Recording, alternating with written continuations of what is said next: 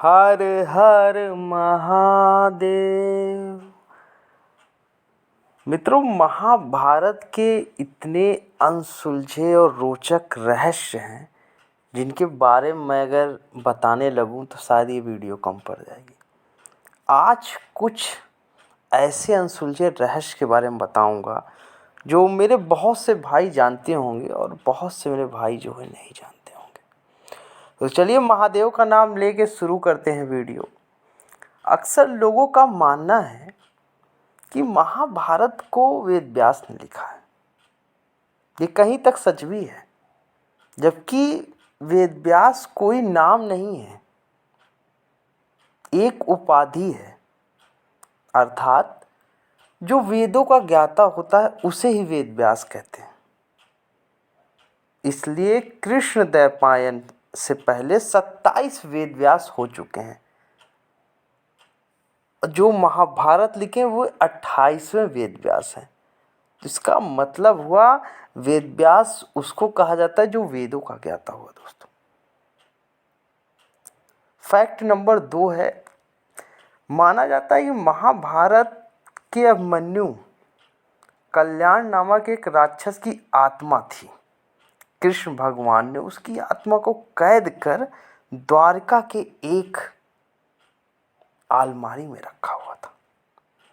तीसरी सबसे महत्वपूर्ण बात यह है, वेद व्यास रचित महाभारत को 3 चरणों में रखा गया था। पहले चरण में 8,800 श्लोक थे, दूसरे चरण में 24,000 श्लोक थे और तीसरे चरण में 1,00,000 श्लोक लिखे गए थे। सोचिए, उस समय इतने श्लोक लिख कौन सकता है, ये चमत्कार ही है। चौथी बात जो है, महाभारत के विदुर तो सबको याद होंगे। विदुर जी, विदुर किसके अवतार थे? यमराज के अवतार थे। यमराज को ऋषि मांडव के श्राप के कारण मनुष्य योनि में जन्म लेना पड़ा था। विदुर धर्मशास्त्र, अर्थशास्त्र और समाजशास्त्र में निपुण थे। उन्होंने ही जीवन भर कुरुवंश के हित के लिए कार्य किया था। वो जानते थे कि कौरव गलत है, लेकिन तब भी उन्होंने कौरव के हित के लिए हमेशा काम किया। महाभारत के युद्ध में 18 अंक का बहुत बड़ा महत्व है। 18 अंक का महत्व क्या है ये जानिए। 18 दिन तक कृष्ण ने अर्जुन को उपदेश दिया था। गीता का उपदेश 18 दिन तक दिया था। 18 अध्याय पर्व महाभारत में है, 18 अध्याय गीता में भी हैं और 18 दिन तक महाभारत का युद्ध चला था। 18 क्षणीय सेना कौरव और पांडव की थी। तो 18 अंक का महत्व तो समझ ही गए होंगे मित्रों। छठी बात यह है कि यदुवंशी राजा सूरसेन की पृथा नामक कन्या व वासुदेव नामक पुत्र था। इस कन्या को राजा सूरसेन अपनी बुआ के संतानहीन लड़के कुंती भोज को गोद दे दिए थे। कुंती भोज ने इस कन्या का नाम कुंती रखा था। कुंती का विवाह राजा पांडु से हुआ था। ये माता कुंती का इतिहास हुआ, जो पांडवों की माता थी। सातवीं जो है बहुत ही महत्वपूर्ण बात है। महाभारत के साप्ताहिक पर्व के अनुसार अध्याय 13 से 15 तक ब्रह्मास्त्र के परिणाम दिए गए। हमारे शास्त्रों के अनुसार 3 नवंबर 5561 ईसा पूर्व छोड़ा हुआ ब्रह्मास्त्र परमाणु बम ही था, ये जानिए। 8वीं बात बलराम के बारे में है। महाबली बलराम के रूप में सुभद्रा ने दुर्योधन से शादी करने की योजना बनाई, लेकिन सुभद्रा अर्जुन से शादी करना चाहती थी, इसलिए वह उसके साथ भाग गई थी। आपने देखा ही होगा महाभारत में।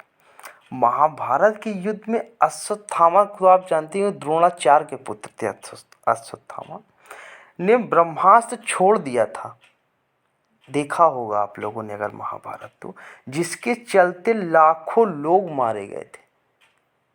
दिखाया गया था कि ब्रह्मास्त्र छोड़ा लेकिन भगवान ने रोक दिया, लेकिन वो ब्रह्मास्त्र आधी रात से चला गया था, जिसके कारण लाखों लोग मारे गए।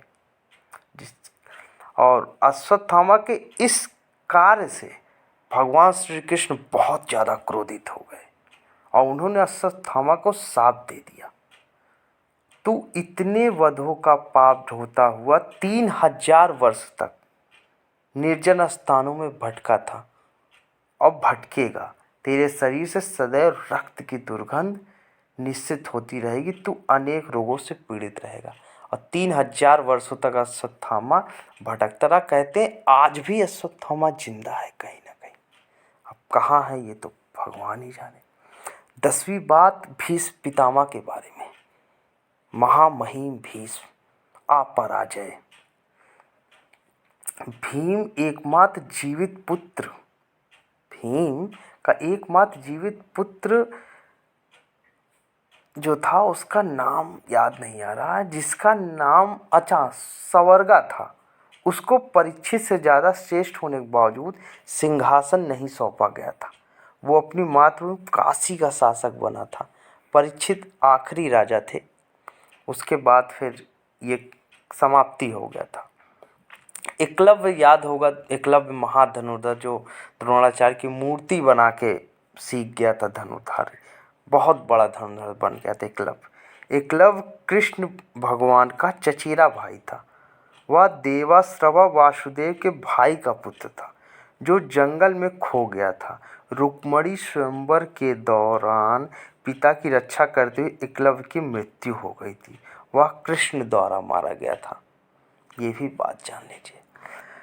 12वीं बात है, कृष्ण के वैकुंठ जाने के बाद जब युद्ध खत्म हुआ, भगवान श्री कृष्ण वैकुंठ चले गए, तो अर्जुन कृष्ण की पत्नियों को साधारण लुटेरों से नहीं बचा पाए। इस दौरान उनका धनुष काफ़ी भारी हो गया था और वे सारे मंत्र भूल गए थे। कृष्ण की 8 पत्नियों ने आत्महत्या कर ली थी, बाकी लुटेरों द्वारा अगवा कर ली गई थी। जब भगवान श्री कृष्ण वैकुंठ चले गए तो उनकी पत्नियां यहीं रह गईं। 13वीं बात यह है कि महाभारत के समय एक औक्षणीय सेना में 21,870 रथ थे, 21,870 हाथी, 1,09,350 पैदल सैनिक और 65,610 घोड़े थे, अर्थात 2,18,700। यह सभी एक अक्षौहिणी सेना में होते थे। संपूर्ण 18 अक्षौहिणी सेना की संख्या जोड़ें तो लगभग अनुमानित 1,96,000 सैनिकों की संख्या होती। इतने सैनिक थे महाभारत के युद्ध के समय। और 14वीं जो बात है, इसको आप सुन के हैरान रह जाएंगे मित्रों। महाभारत के अनुसार इस युद्ध में भारत के प्रायः सभी जनपदों सहित कुछ विदेशी राज्यों ने भी भाग लिया था। माना जाता है कि महाभारत युद्ध में एकमात्र जीवित बचा कौरव युद्ध था। 24,165 कौरव सैनिक लापता हो गए थे, जबकि महाभारत युद्ध के पश्चात कौरवों की तरफ से 3 और पांडवों की तरफ से 15, यानी कुल 18 योद्धा ही जीवित बचे थे, बाकी सब मर गए थे। बहुत मृत्यु हुई थी। महाभारत युद्ध में 39,40,000 योद्धा मारे गए थे। मगर जानते हैं कि युद्ध के अंत में कितने योद्धा जीवित बचे? 12, सिर्फ और सिर्फ 12। युधिष्ठिर, भीम, अर्जुन, नकुल और सहदेव इस योद्धा में विजयी हुए थे। 16वीं बात यह, महाभारत युद्ध के बाद श्री कृष्ण जिस दिन वैकुंठ को लौटे, उसी रात 12 बजे से कलयुग का प्रारंभ हो गया था।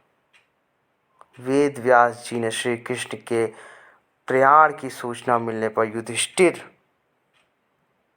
अपने पौपथ परीक्षित का राजतिलक करते हैं, फिर अपने सभी भाइयों द्रौपदी के साथ हिमालय की ओर चल पड़े थे। अंत में 17वीं बात दोस्तों बताऊंगा आपको। द्रोणाचार्य को भारत का पहला टेस्ट ट्यूब बेबी माना जा सकता है।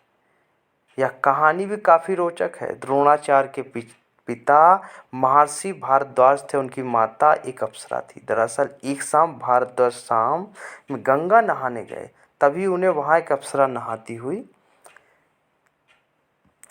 तभी उन्हें वहाँ एक सरला नहाती हुई दिखी, जिसकी सुंदरता देख ऋषि मंत्र मुग्ध हो गए। उनके शरीर से शुक्राणु निकला और ऋषि ने एक मिट्टी के बर्तन में जमा करके अंधेरे में रख दिया। इसी से द्रोणाचार्य का जन्म हुआ। ये जानकारी कैसी लगी मित्रों? अगर कोई त्रुटि हो तो क्षमा करिएगा, हमें कमेंट बॉक्स में जरूर बताइएगा। हर हर हर महादेव। बोलो श्री कृष्ण भगवान की जय।